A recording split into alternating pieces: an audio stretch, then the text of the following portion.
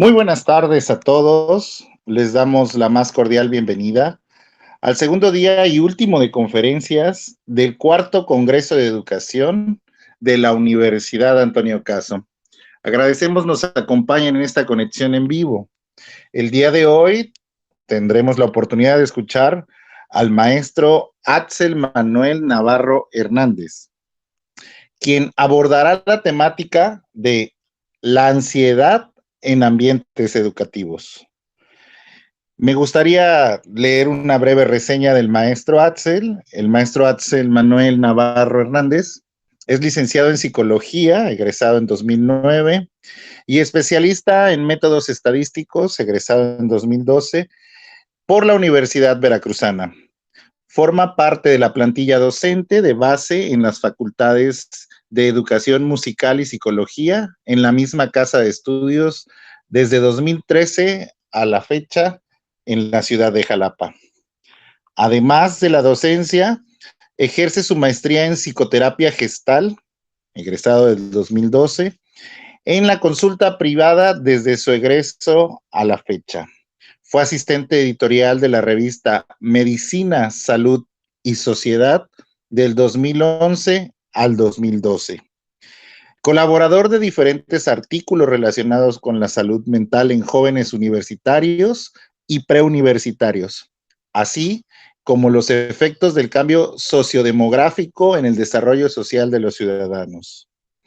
Obtuvo 2 veces el reconocimiento para los docentes mejores evaluados de toda la universidad por los estudiantes en 2017 y 2019.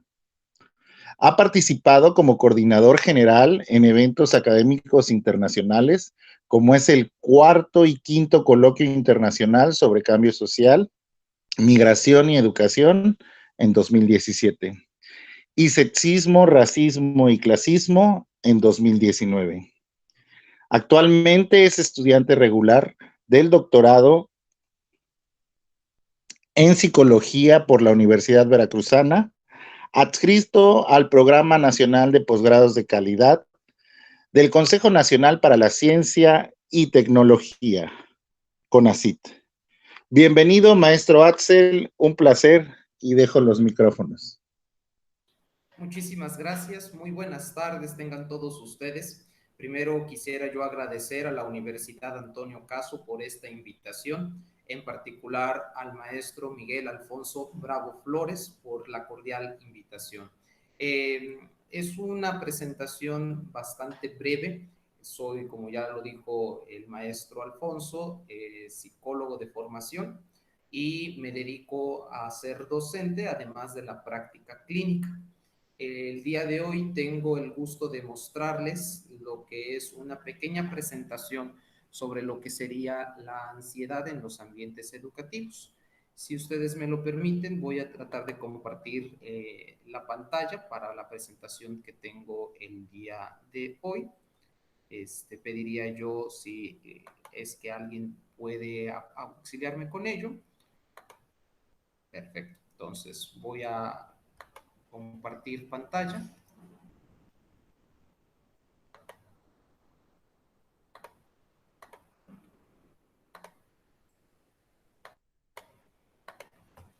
Bien, preguntaría si todos pueden ver la pantalla, la presentación. Maestro Alfonso, ¿puede usted ver la Sí, presentación? sí, maestro. Ya nada Sí, más sí se ve. comentarle, estamos en la gente que está en vivo, recordarles, perdón la interrupción, la gente que nos está viendo por Facebook Live, recuerden que las preguntas son al final de la ponencia. Entiendo que ya todos están viendo lo mismo que nosotros, entonces adelante, maestro. Gracias. Muchísimas gracias, muy amable. Bien, pues les decía, el tema es la ansiedad en ambientes educativos y quisiera yo felicitar nuevamente a los organizadores de este evento por tocar un tema tan relevante en la actualidad.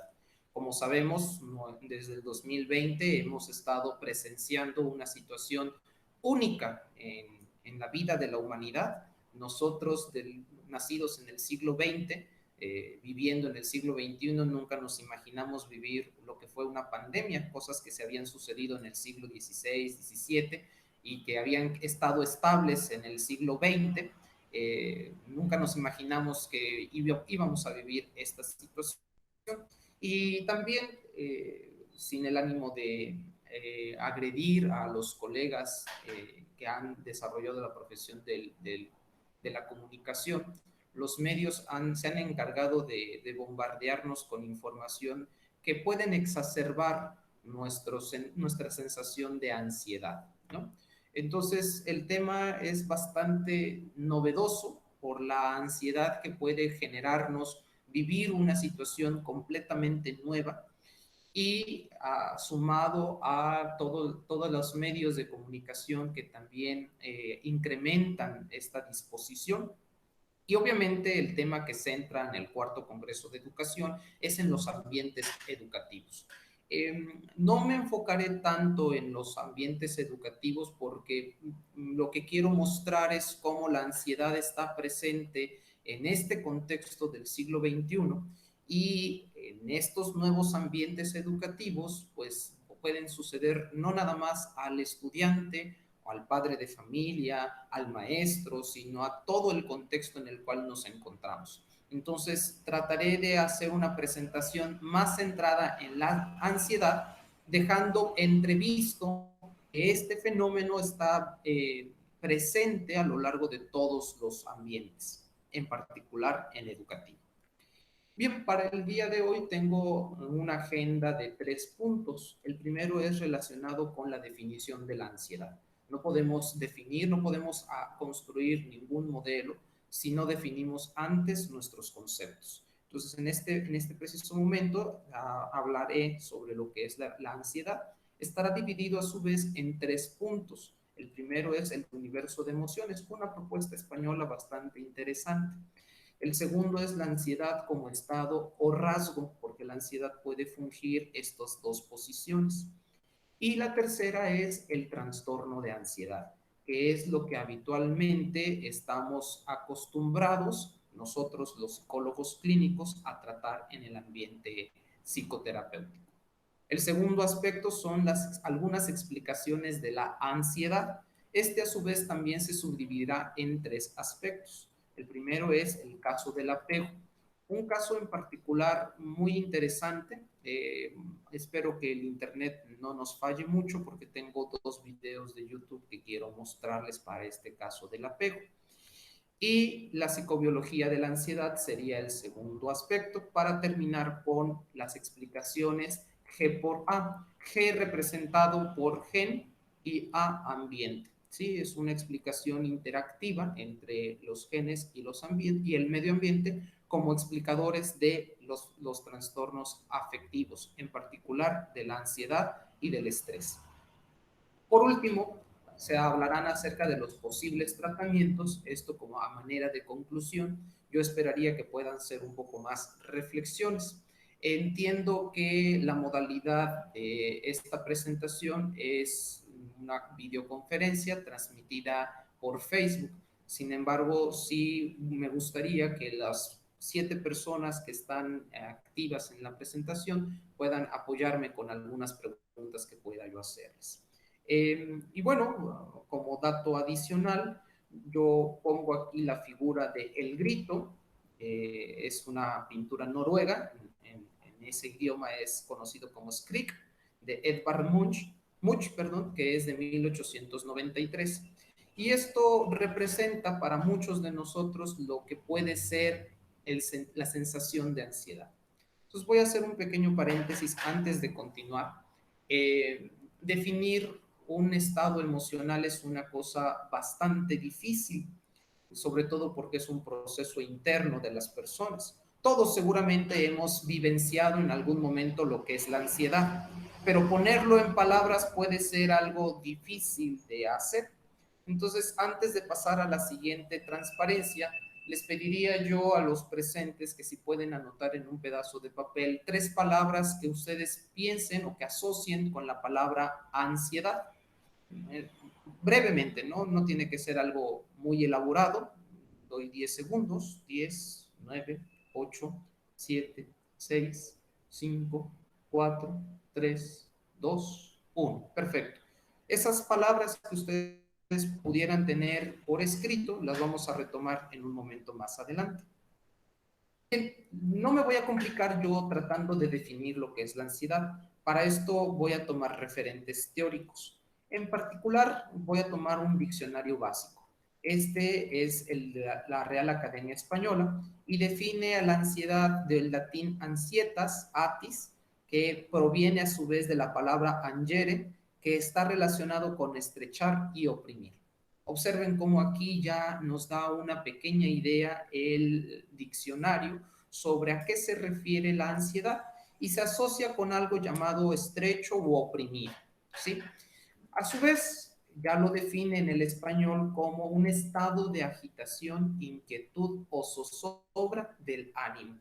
Observen cómo estas tres palabras a su vez forman parte del contexto emocional o afectivo.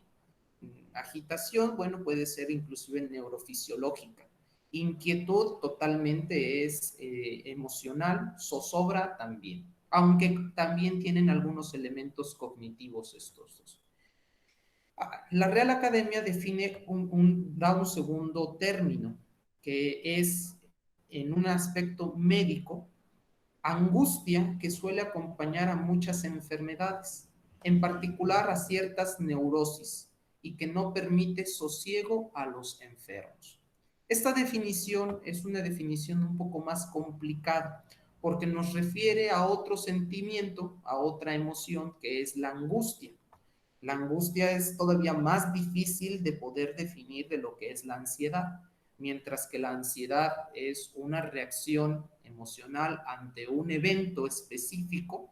La angustia no tiene un objeto. La angustia parecería ser algo más indefinido, ¿sí? La gente puede vivir de manera angustiada sin tener una razón aparente, mientras que la ansiedad no. La ansiedad sí tiene un objeto que desencadena esta sensación. ¿Ok? Bien, entonces voy a dejar antes de pasar al siguiente punto, de las 7 personas que están conectadas en Google Meet, les pediría yo que me pudieran decir cuáles fueron las 3 palabras que asociaron con ansiedad, por favor. Maestro Alfonso, si usted me quiere acompañar, dado que es el que tengo a la mano. Claro que sí. Desesperación, humor y estrés. Estrés, desesperación, ¿y cuál fue la tercera, perdón? Humor, Humor, estado de... muy bien, muy bien, muy bien. Muchas gracias, maestro.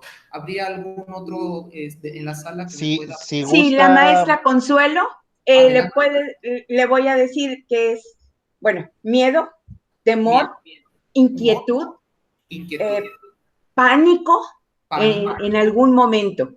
Muy bien, muy bien. si Muchísimas gusta, maestro, tenemos también aquí la opción de compartirle una de las personas que lo escribió en Facebook, que nos adelante. pone nervios, miedo, inquietud, Melissa Benítez. Muy bien, muy bien. Muchísimas gracias. Podemos darnos cuenta que lo que tenemos en común estas 4 personas que han participado, estas 3 personas que han participado, es el elemento del miedo. Observen cómo el miedo forma parte de otra emoción. Nuevamente es muy difícil poder definir una emoción sin una experiencia previa emocional, ¿sí? Nos es prácticamente imposible decir algo, alguna emoción, sin otra emoción.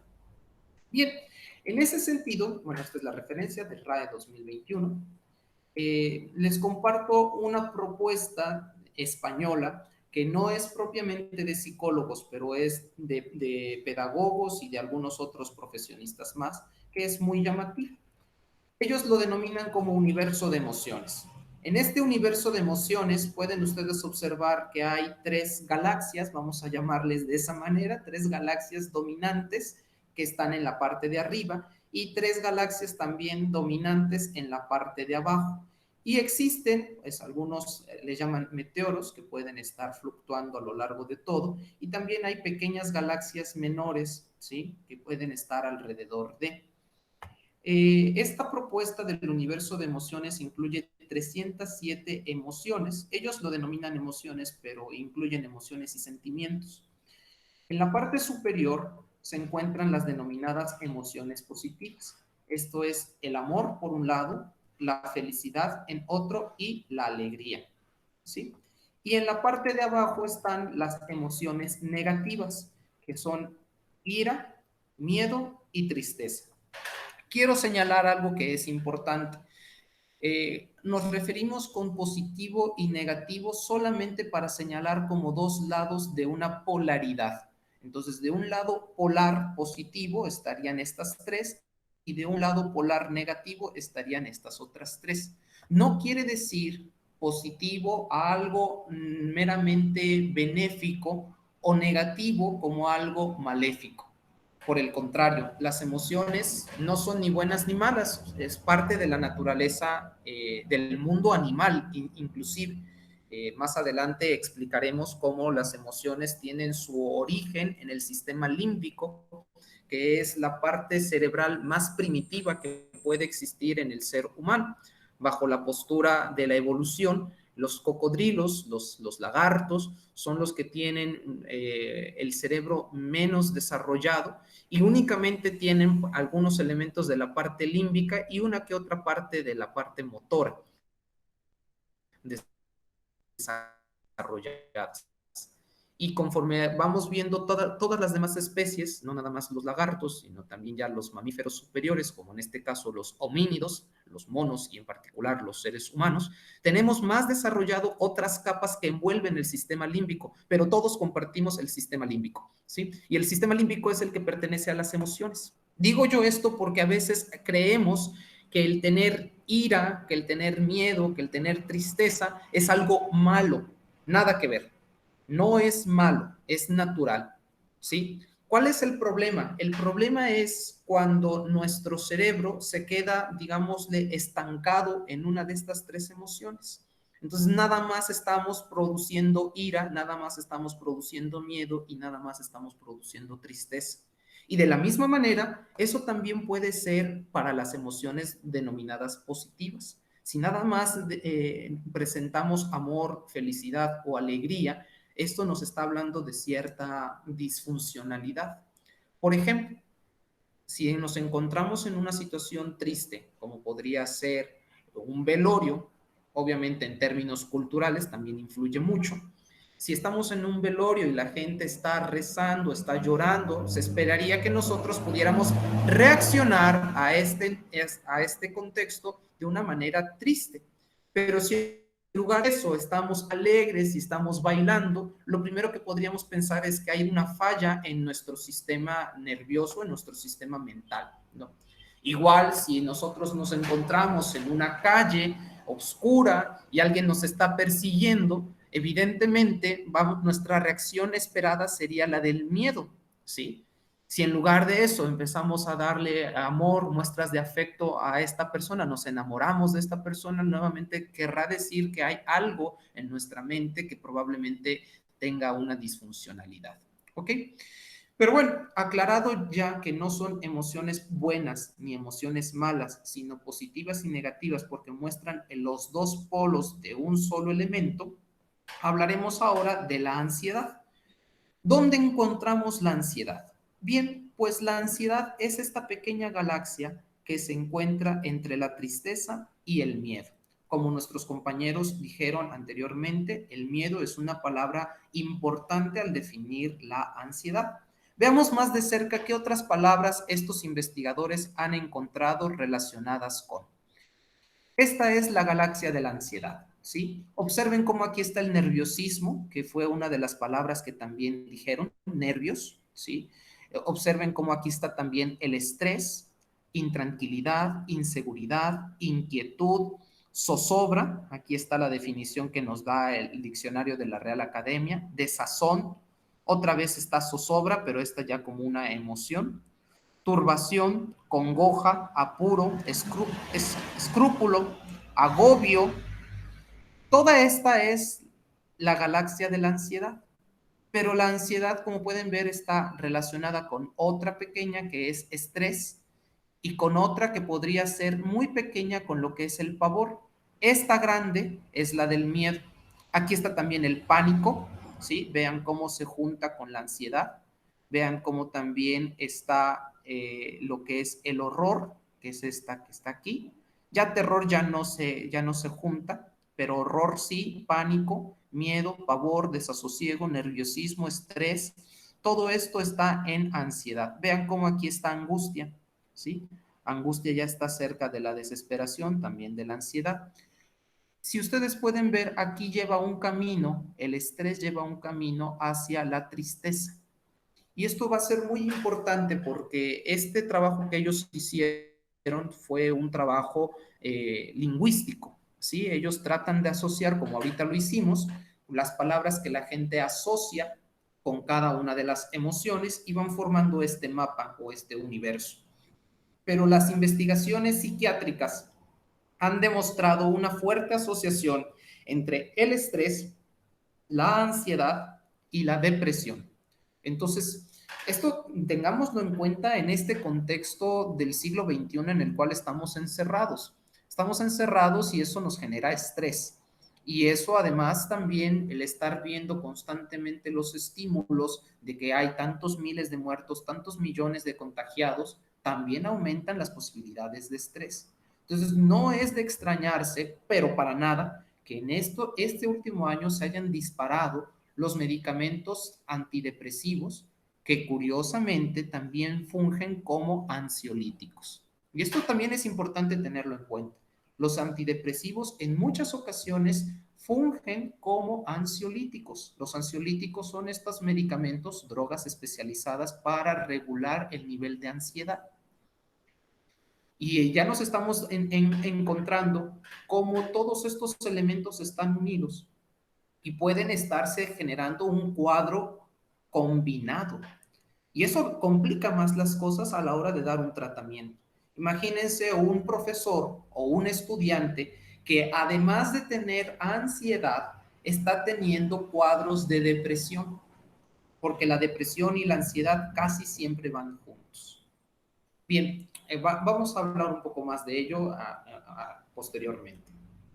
Esta es la propuesta de Palau Gea, ustedes lo pueden encontrar así, Universo de Emociones. Yo no recibo ninguna comisión, pero pues si les interesa también venden el póster de las emociones, es una propuesta interesante sobre ello. Bien, vamos ahora a un segundo dilema. La ansiedad ya sabemos que es una emoción que está vinculada con, de alguna manera, el miedo, que está vinculado también con la depresión, que tiene que ver con la zozobra, con el pánico. Todos estos elementos ya lo estamos viendo. Pero resulta que en psicología hay una situación en la cual a veces las emociones pueden fungir como estado o como rasgo. ¿Qué significa esto de estado? Bueno, un estado, como su nombre lo refiere, es un procedimiento momentáneo. Si yo, por ejemplo, tengo una presentación y son las 4:30 y mi computadora no enciende, tal vez me encuentre en un estado ansioso, ¿sí? Estoy algo desesperado porque ya prenda la computadora, porque se acaba de apagar. O si estoy en un examen muy difícil, es probable que también esté ansioso, ¿sí? Eso es un estado. Son elementos momentáneos y tienen un objeto muy claro.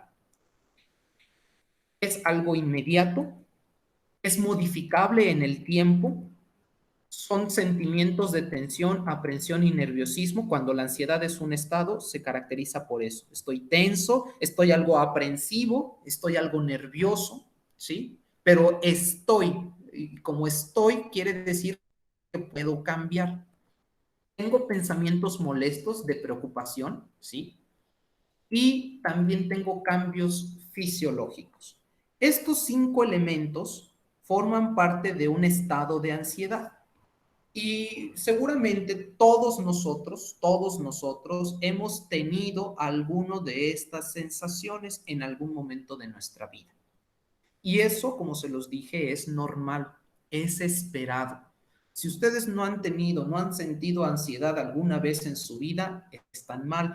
Y no en el sentido moral, sino que hay algo en su cerebro, hay algo en su psiquismo que probablemente esté fallando, que no esté funcionando esperadamente.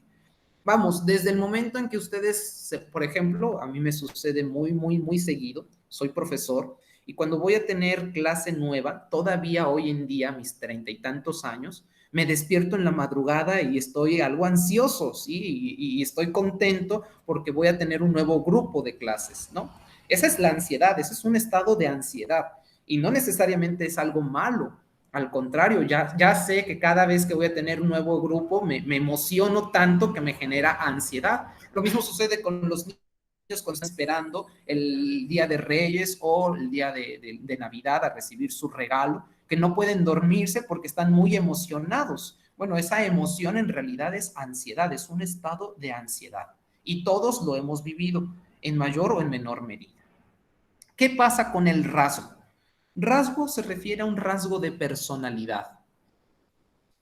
Si estos rasgos de personalidad quiere decir que cada uno de nosotros va a tener un nivel de ansiedad distinto a otra persona. Hay niños que desde muy pequeños los llaman y dicen, es que está muy ansioso, es un niño ansioso. ¿Sí? Es un niño que siempre está llorando, es un niño que siempre está temblando, es un niño que fácilmente pide siempre leche o llora. Ese es un rasgo de ansiedad. ¿Sí? Desde muy pequeño se puede empezar a ver. Obviamente tiene que ver con cuestiones temperamentales, heredadas y también ambientales. Y el rasgo se va a formar ya hasta en la edad adulta, ya por ahí de los años 21 años, es cuando ya tendremos un rasgo más definido. Es un espectro, ¿sí? Hay gente que es más ansiosa o menos ansiosa que otra, ¿sí? Hay gente que fácilmente se altera con pequeñas cosas. Y hay gente que no, hay gente que parece que tiene, como decimos aquí en México, sangre de atole, que casi nada le afecta, ¿no? Y se caracteriza por la percepción de situaciones amenazantes. Y esto es muy importante, ¿sí? Esto es muy importante, porque ya podemos decir que hay niños que son de manera natural propensos a sentir que un estímulo es muy amenazante, ¿sí? Biológicamente vienen propensos a creer que las cosas son muy amenazantes. Por eso, luego los padres de familia, ahora voy a hablar con los padres de familia, los padres de familia que tienen más de un hijo podrán decirme si estoy equivocado o en lo correcto, en que los dos hijos son muy diferentes, aun cuando sean del mismo padre y de la madre, aun cuando tengan la misma carga genética. Hay hermanitos que son muy ansiosos, hay hermanitos que fácilmente se preocupan demasiado.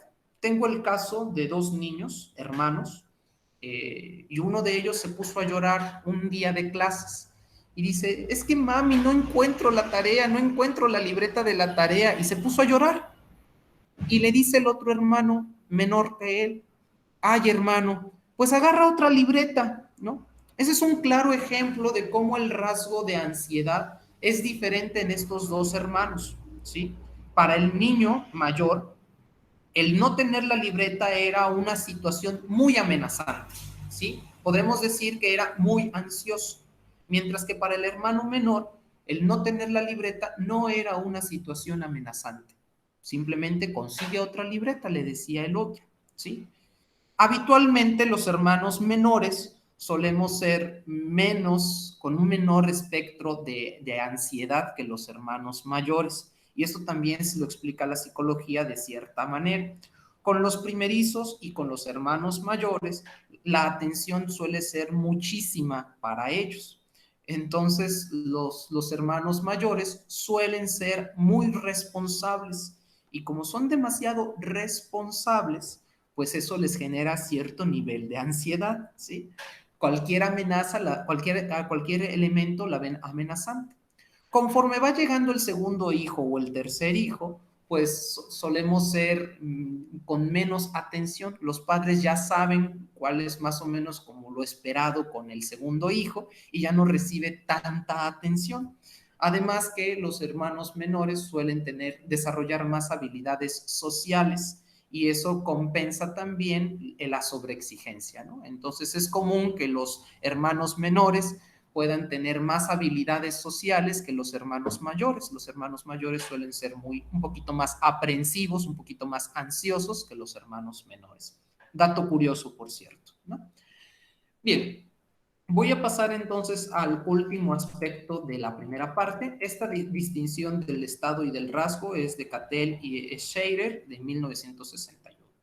La última parte, ya que hemos definido que es una emoción, ya que tenemos claridad en que puede ser un estado de ansiedad o un rasgo de ansiedad, ahora es importante señalar un aspecto más oscuro, un aspecto más turbio. ¿Qué pasa cuando el estado ansioso o el rasgo ansioso es demasiado intolerable para el sujeto y es demasiado prolongado? ¿Sí? Vamos a suponer que una persona que siente ansiedad empieza a sentir demasiada ansiedad y esta sensación de demasiada ansiedad se empieza a prolongar por más de 3 meses, hasta 6 meses. Estaríamos hablando que entonces tenemos un trastorno de ansiedad. Escuchen con atención. Primero, son 4 criterios muy importantes para poder definir que alguien tiene un trastorno de ansiedad. El primero son los síntomas. Y los síntomas son palpitaciones, sudoración, está acompañado de aspectos fisiológicos como emocionales, miedo, pensamientos también. Esos son los primeros que deben de existir.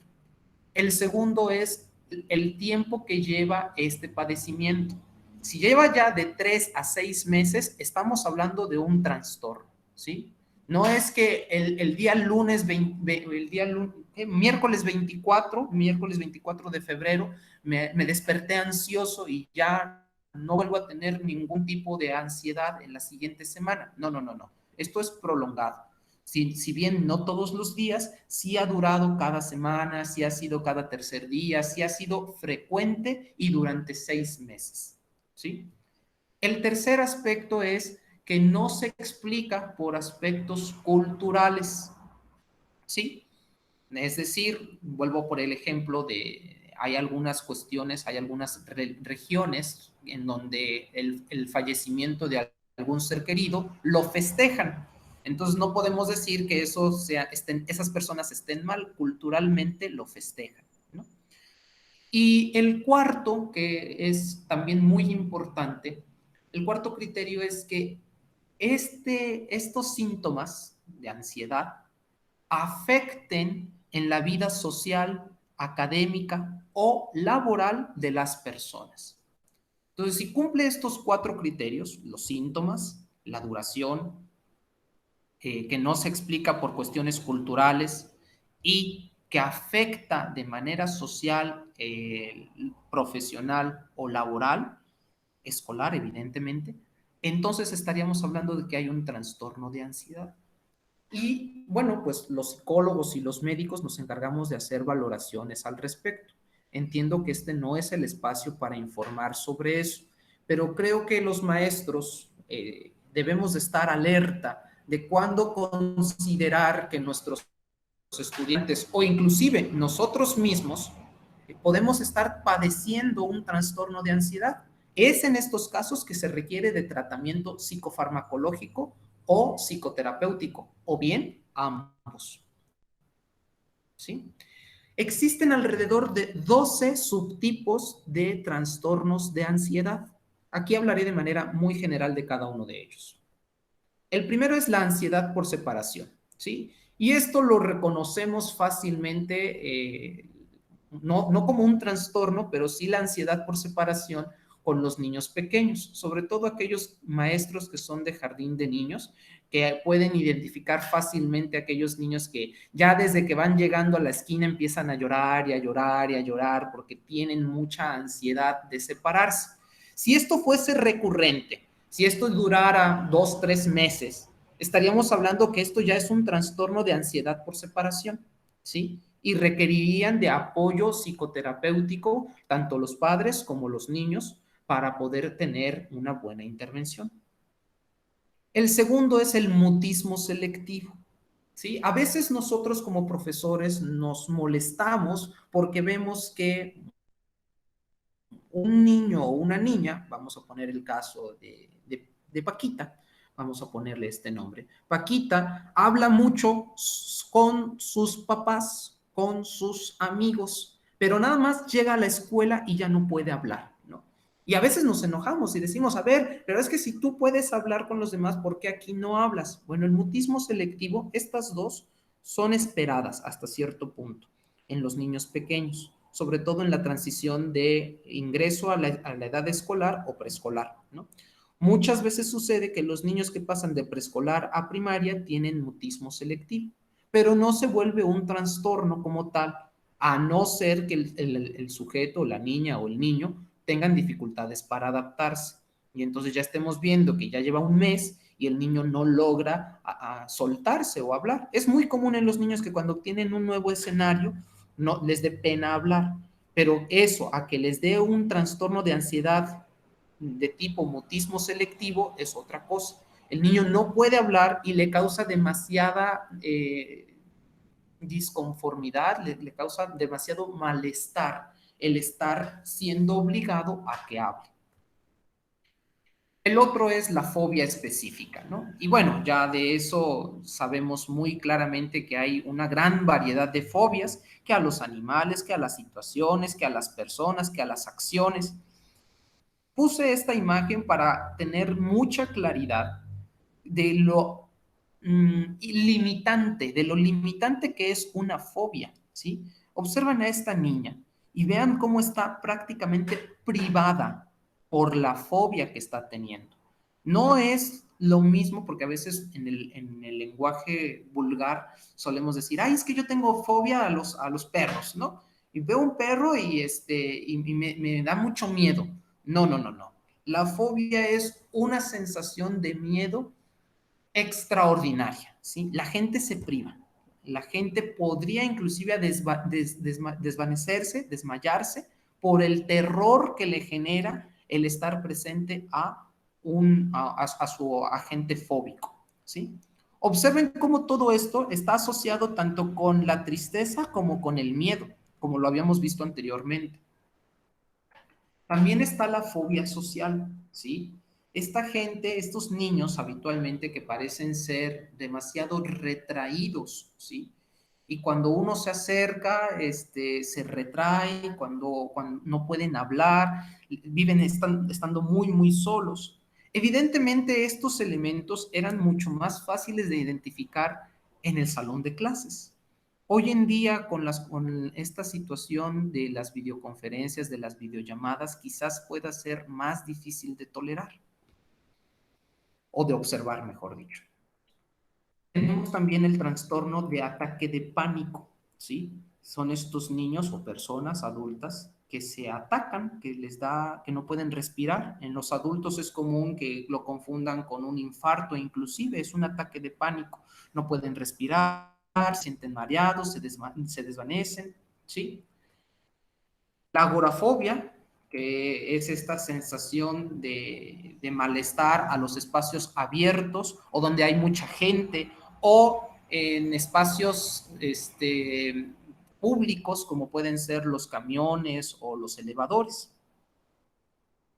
Ansiedad generalizada, que está muy relacionada con el pánico. La única diferencia aquí en la ansiedad generalizada es que la persona parece ser que se traba, queda como en un lienzo en blanco, su mente se queda completamente en blanco y ya no puede reaccionar, mientras que en la del pánico pues está más asociada con una fobia, con un miedo. Y finalmente inducido por sustancias. Quiero señalar un caso, nos quedan todavía 17 minutos. En el caso de la ansiedad por separación, esto se está dando ahorita con la pandemia. ¿Cómo se da el caso de la ansiedad por separación? Niños que tal vez no necesariamente van a ingresar a la escuela, pero que les preocupa que sus papis, que sus padres salgan de la casa, porque tienen la idea de que una vez que salgan se van a contagiar de COVID y entonces se van a morir. Ese es un trastorno de ansiedad por separación. Los mismos niños que ahora están viviendo encerrados les puede generar un poco de agorafobia cuando tienen que salir, ¿sí? Niños que han estado encerrados meses y que sus mismos padres dicen, no, pues no puedo yo dejar a mi hijo o a mi hija encerrado durante tanto tiempo y deciden con todas las precauciones sanitarias dar una vuelta tal vez les esté dando ansiedad el salir, tal vez les esté generando este fenómeno de agorafobia o inclusive un ataque de pánico. Y la respuesta que pueden tener algunos padres es de enojo, ¿no? Es decir, oye, pero todavía de que hago un esfuerzo por sacarte y mira cómo respondes, bla, bla, bla. No, pues, no es esperado, pero nada de lo que ha sucedido este año ha sido esperado. Y sí podría yo decir que es natural que los niños empiecen a presentar estos fenómenos de ansiedad ante estos nuevos escenarios. El problema no va a ser la ansiedad que tenemos en este momento. El problema podría ser la ansiedad que se genere cuando todos los estudiantes regresen a clases, al menos en este contexto mexicano. En Asia ya están regresando los estudiantes, medidas pues mucho más controladas, como es el distanciamiento y los cubículos de cristal. Pero la pregunta también sería, ¿cómo estaremos desarrollando a estos futuros adultos? Porque todas estas generaciones están viviendo estos fenómenos que exacerbarán la ansiedad en otros contextos. Esto es sacado de la American Psychiatric Association en el 2014, es el manual de trastornos mentales en su versión quinta, la más actual que existe. Hablemos ahora de las explicaciones de la ansiedad. Tengo tres en el día de hoy: la teoría del apego, la psicobiología de la ansiedad y explicaciones G por A. Comenzaré con la teoría del apego. Para ello voy a ver si podemos compartir pantalla en un video.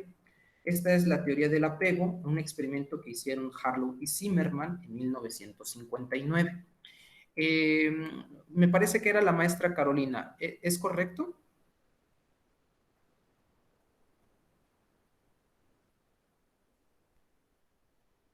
¿No Para está por ahí? apoyarte, maestro, Sí, para apoyarme. la maestra Cecilia. Cecilia, perdón, muy amable. A ver, para apoyarte en participación, la maestra Sí. Consuelo, perdón. Perdón, la maestra Consuelo. Muchas gracias, maestro. Maestra Consuelo, ¿está presente por ahí? Sí, dígame, maestro.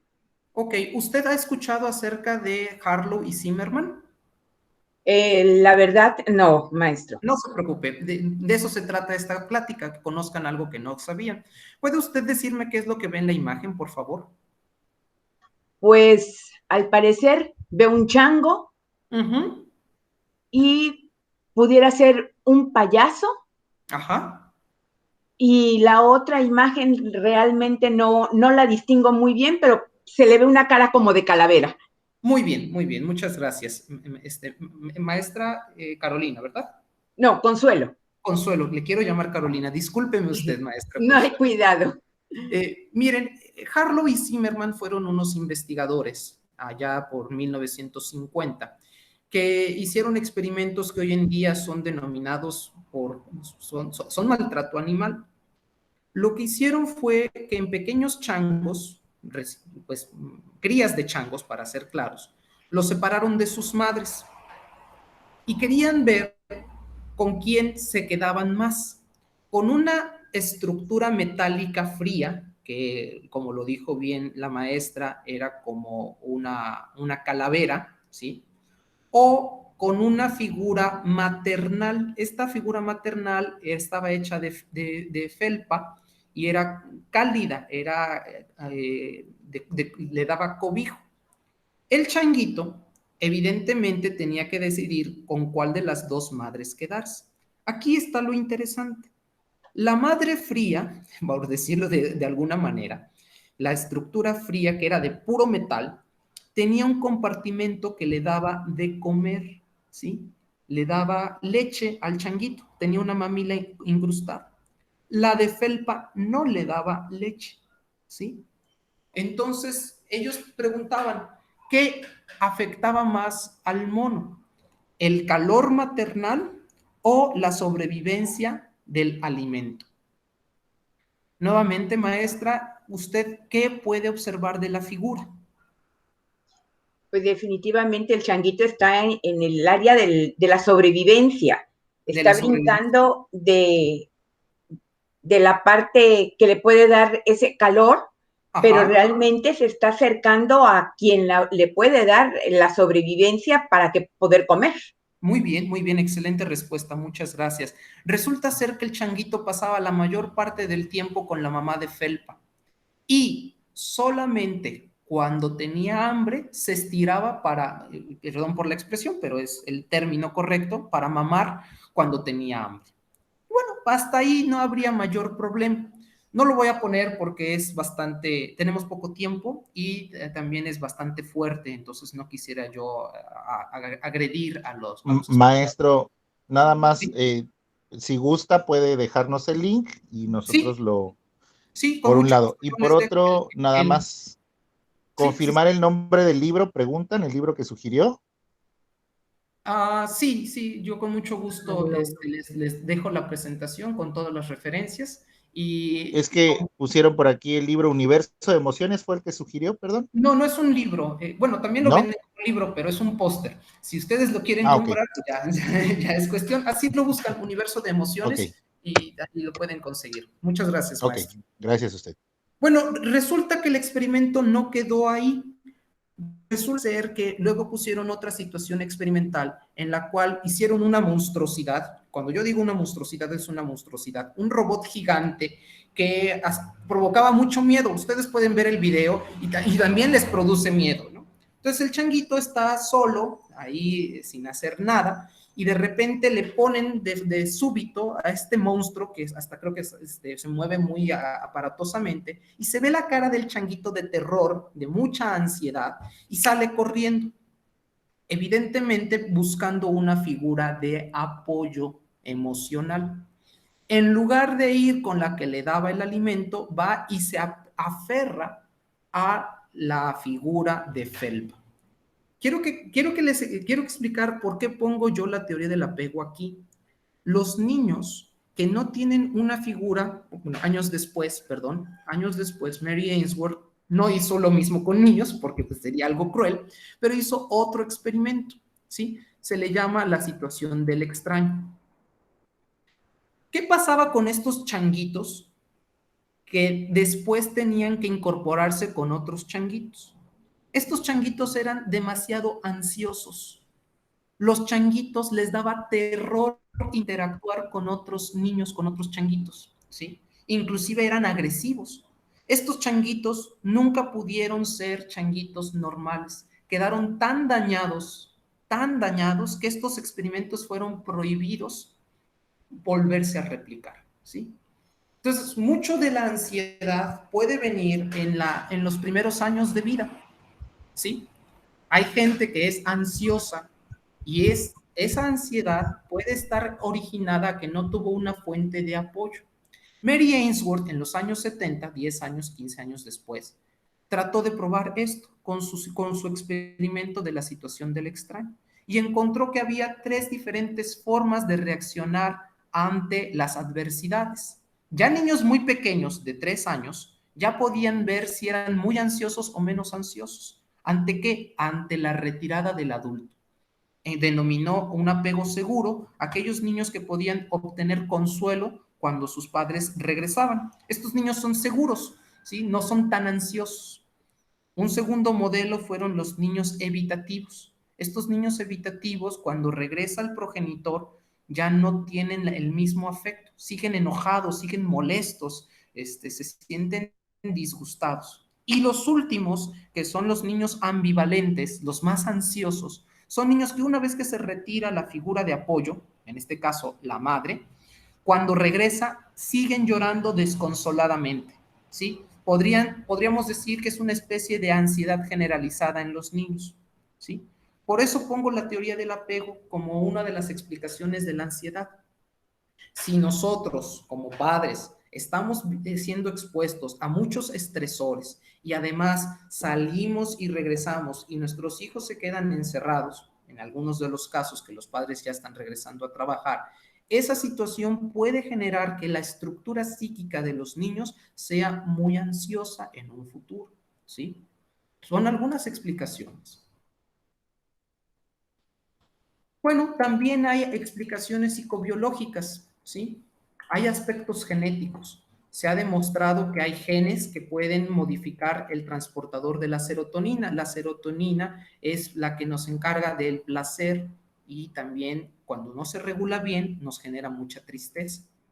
También hay otros alelos del gen Val66Met que influyen en el desarrollo de la amígdala. Ya les explicaba yo que el sistema límbico, que es el sistema nervioso más primitivo, lo constituye lo que es la amígdala, que es ahí donde se encuentran las emociones.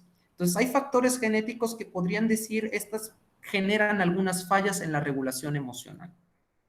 Y finalmente también está estos genes FKBPG5 que influyen en el eje hipotalámico hipofisario adrenal. Al final de cuentas, las emociones son reacciones químicas que se originan desde el eje hipotalámico hipofisario adrenal.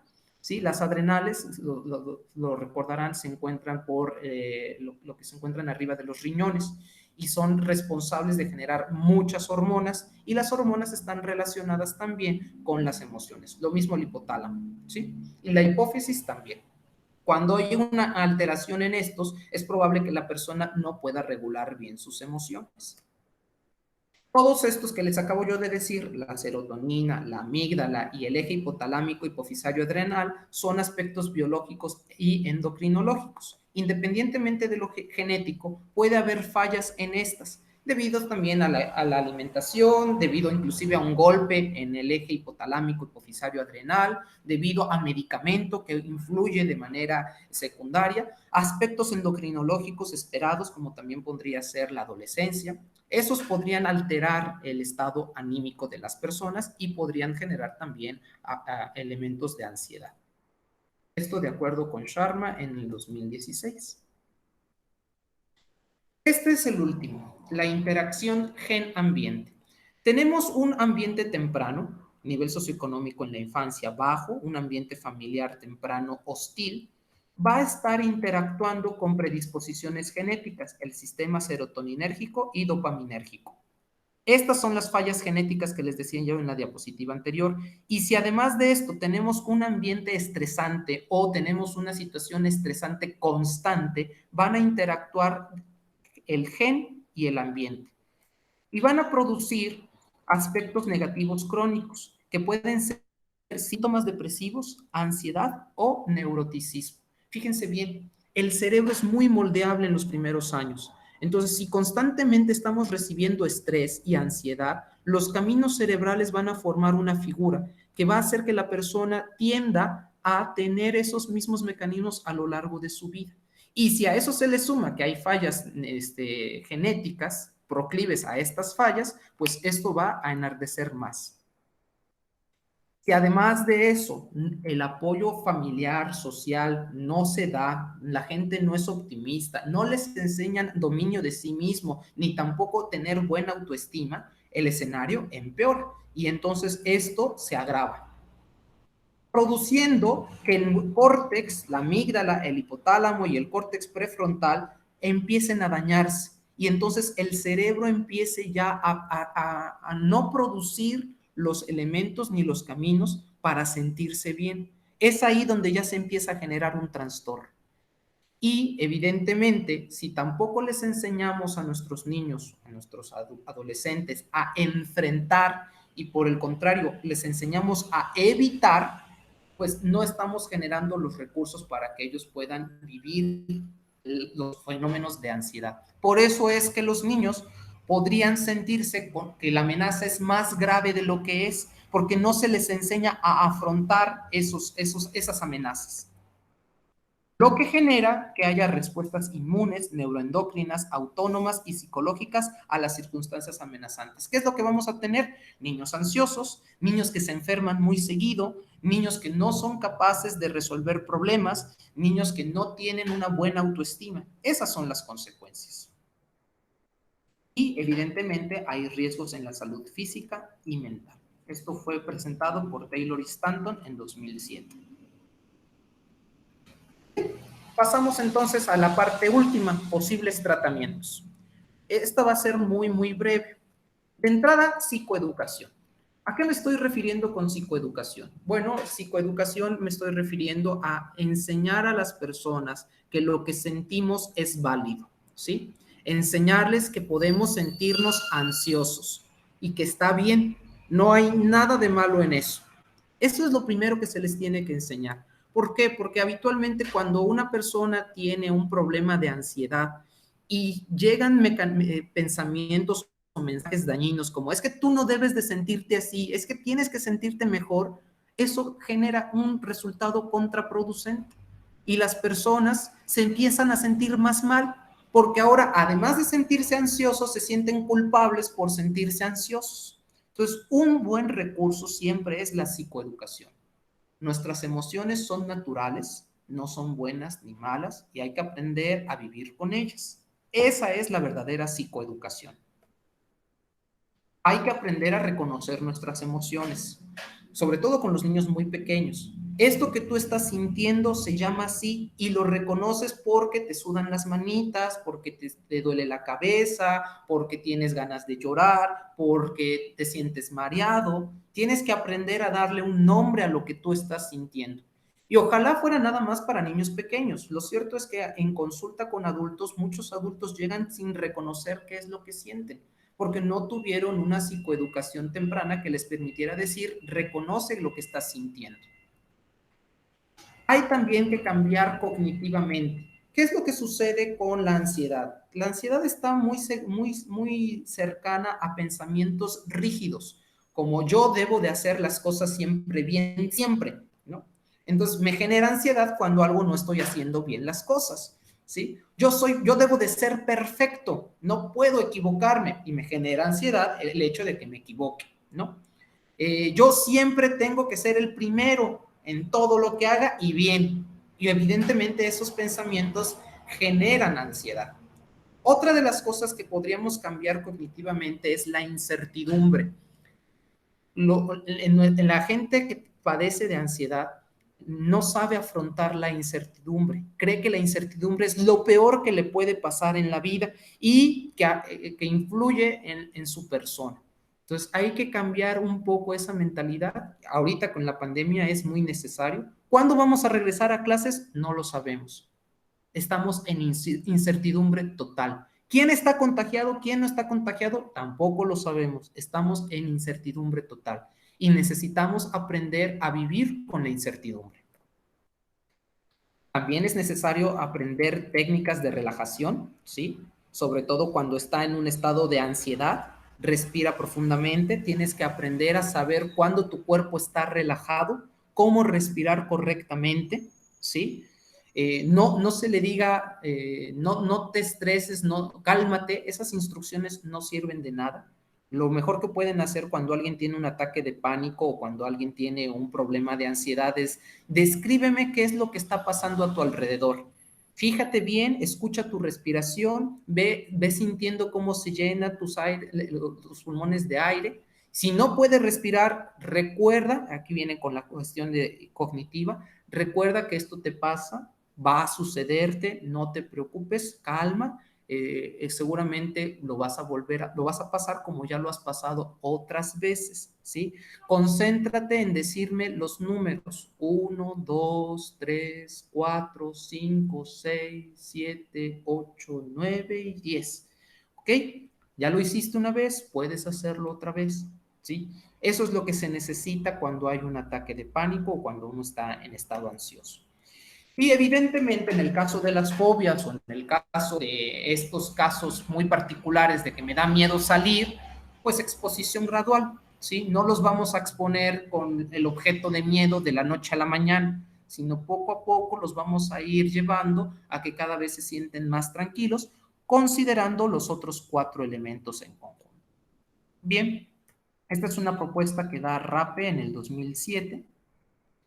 De mi parte, eso sería todo. Yo les comparto ahorita las referencias con las cuales me basé para esta presentación.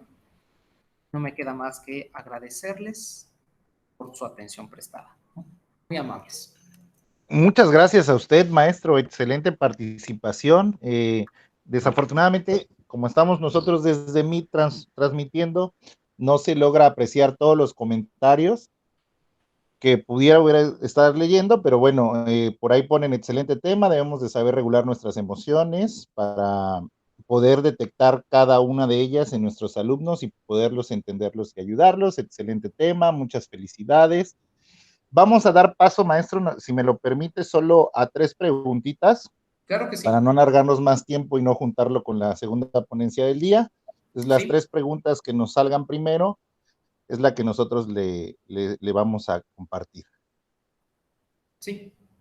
Dice, ¿cómo puedo detectar que alguien es ansioso y a su vez cómo ayudarlo si no quiere admitirlo? Bueno, es una pregunta difícil de responder. Yo creo que lo primero tendríamos que contextualizar. ¿Es mi responsabilidad? Si es mi hijo, que es mi única responsabilidad, pues sí, yo tengo que asumir, es la verdad, yo tengo que asumir esa responsabilidad y ver con un terapeuta infantil, con un psiquiatra que lo puedan atender. Si no es mi hijo, entonces no es mi responsabilidad.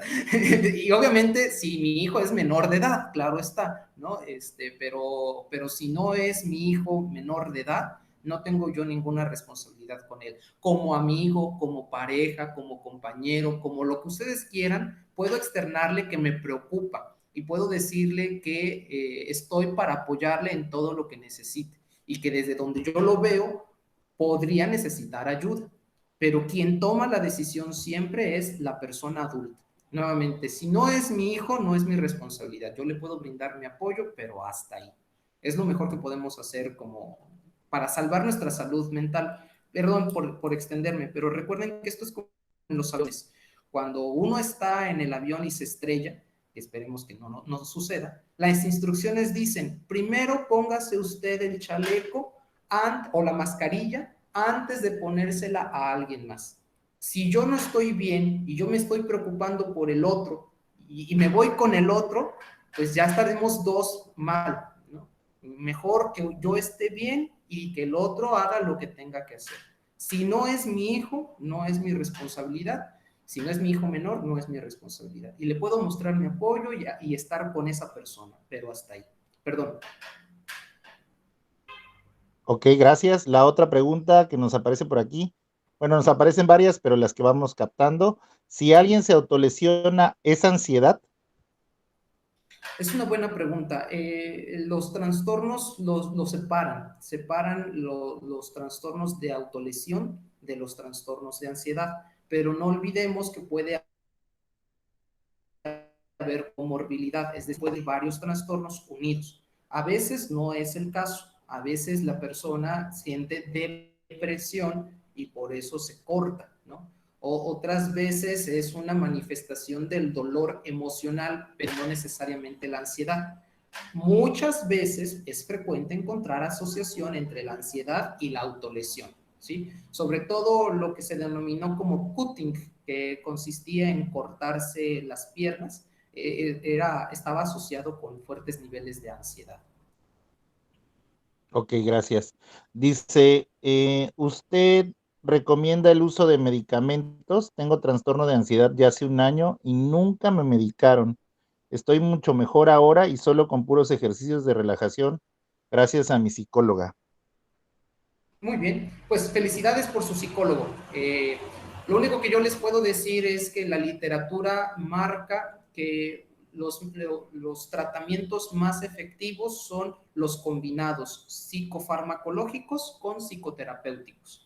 Evidentemente, también hay eficacia en los tratamientos individuales o separados, pero los mejores, los más eficaces, los que reducen en menor tiempo y con mayor rapidez, con mayor nivel la ansiedad, son los combinados, farmacológicos y psicoterapéuticos. Entonces, sí, a veces yo como terapeuta he tenido que recomendar a mis pacientes el auxilio de un psiquiatra para que le pueda apoyar con el tratamiento farmacológico. Porque como lo expliqué en las diapositivas, a veces el cerebro ya se empieza a estructurar de una manera enferma. Entonces la persona no se puede calmar por sí misma. Entonces en esos casos se requiere de apoyo farmacológico.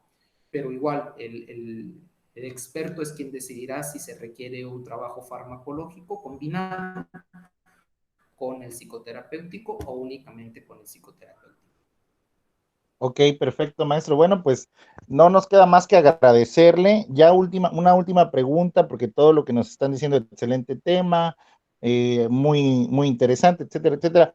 Por ahí preguntaban antes de la media conferencia de algún libro, pero hubo una confusión, pero no sé si nos pudiera recomendar algún libro para que la gente pueda entender más el tema de la ansiedad.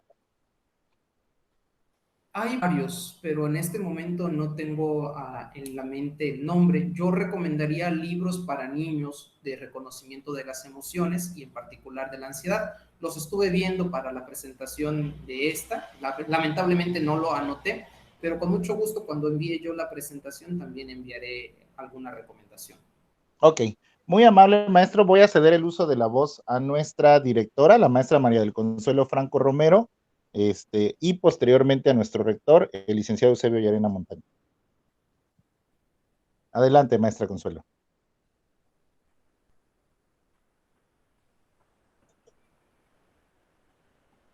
Gracias, Alfonso. Buenas tardes, maestro Alejandro. La verdad, excelente la presentación de esta plática. Nos hace falta mucho conocer sobre todo en este momento, lo que es la ansiedad, cómo la podemos controlar y nosotros como docentes, cómo podemos ayudar a nuestros alumnos.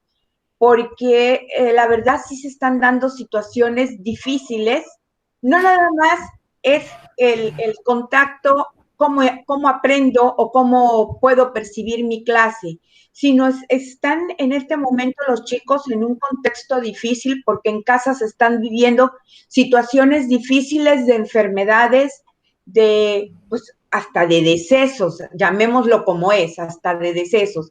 Y entonces todo esto les está generando demasiada ansiedad combinado a todo lo que conlleva lo que es ser estudiante. Entonces, la verdad, excelente maestro, muchas gracias, nos despejó muchas dudas que además nos pueden ayudar en un momento dado a poder, ahora sí que, como decía usted, primero me ayudo yo para poder después ayudar a los demás, ¿no? Tengo que estar bien yo para poder ayudar a los que están a mi alrededor. Muchas gracias, maestro. Pues le vamos a enviar un reconocimiento por parte de la universidad por habernos brindado este espacio, su tiempo y sobre todo, pues sus conocimientos.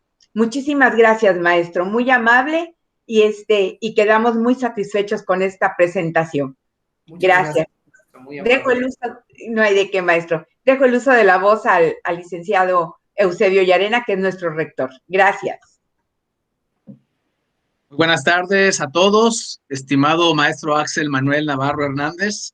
Muchísimas gracias por su excelente participación en este cuarto Congreso de Educación que la Universidad Antonio Caso está llevando a cabo y que gracias a personas preparadas y con un alto sentido de responsabilidad como usted para transmitirle a la comunidad sus conocimientos de estos temas tan apremiantes para nuestra actualidad, queremos darle el más sincero agradecimiento por su excelente participación. La Universidad Antonio Caso, con su visión humanista empresarial, le otorga de manera virtual en este momento y posteriormente físicamente el presente reconocimiento por su participación como ponente en el cuarto Congreso de Educación en la Universidad Antonio Caso, Veracruz, 24 de febrero del 2021.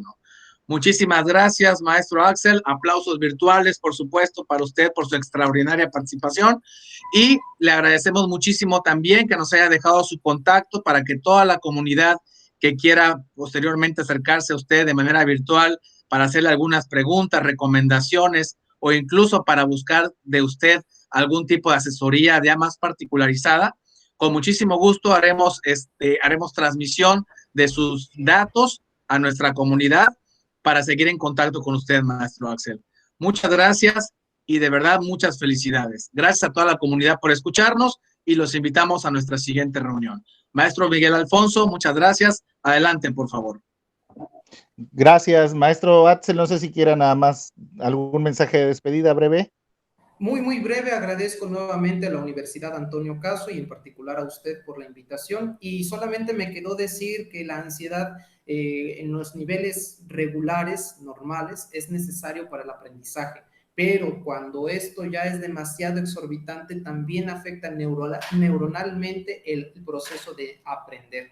Por eso es tan importante que en la educación se pueda ver cómo atender estos procesos de ansiedad, que sobre todo ya sea un trastorno, porque afecta no nada más individualmente, sino también emocional, sino en lo académico. Y de nuevo, felicitaciones a la universidad por tan excelente organización y por esta visión de poder incluir temas tan recurrentes en la actualidad. Muchas gracias. Muchísimas gracias a usted, maestro.